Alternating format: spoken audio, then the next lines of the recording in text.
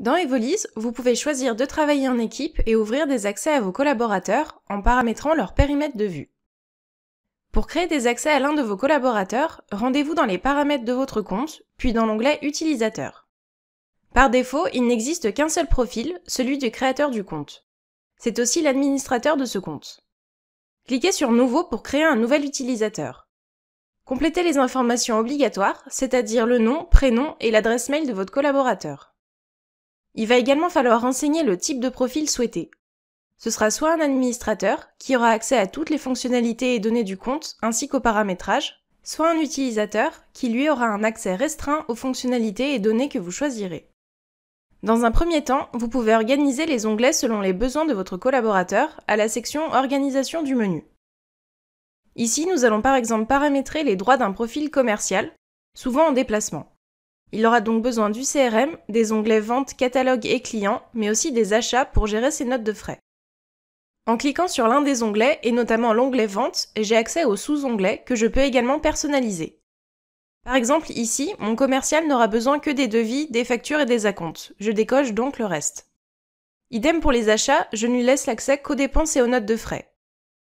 Une fois le menu paramétré, il est intéressant de configurer les différentes autorisations. Je décide de lui donner l'autorisation d'ajouter ou de modifier des clients, mais uniquement les siens. Il aura accès au catalogue de la société, mais ne pourra pas le modifier. Enfin, il pourra envoyer ses documents par mail, mais ne pourra pas faire d'export des données de l'application. À la section Périmètre de vue des documents, je conserve les paramètres par défaut qui lui donnent accès uniquement à ses propres documents, que ce soit pour les ventes, les achats ou le CRM. Je peux aussi configurer certaines options comme l'unité de saisie des documents, la gestion des devises étrangères et la notification par email. Enfin, comme mon collaborateur est régulièrement en déplacement professionnel et doit créer des notes de frais kilométriques, je renseigne les différents champs relatifs à son véhicule. Une fois tous ces éléments paramétrés, on peut cliquer sur Créer et envoyer les identifiants par email pour valider la création du compte. Ces identifiants de connexion seront automatiquement envoyés à l'adresse mail spécifiée au moment de la création du compte.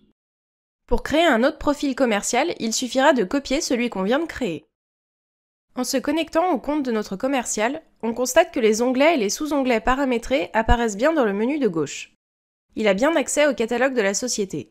Par contre, les clients sont bien restreints à ceux de l'utilisateur et la fonction export n'est pas disponible.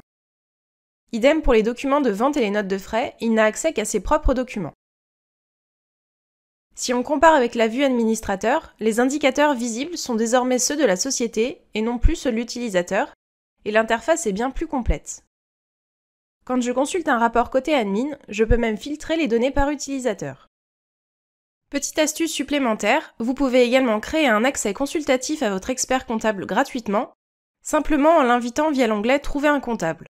Il obtiendra alors ses identifiants et pourra visualiser vos données et exporter vos journaux comptables. Merci à tous d'avoir suivi cette vidéo, n'hésitez pas à vous rendre dans l'aide en ligne pour consulter plus en détail les chapitres qui vous intéressent, ou à nous contacter via le support.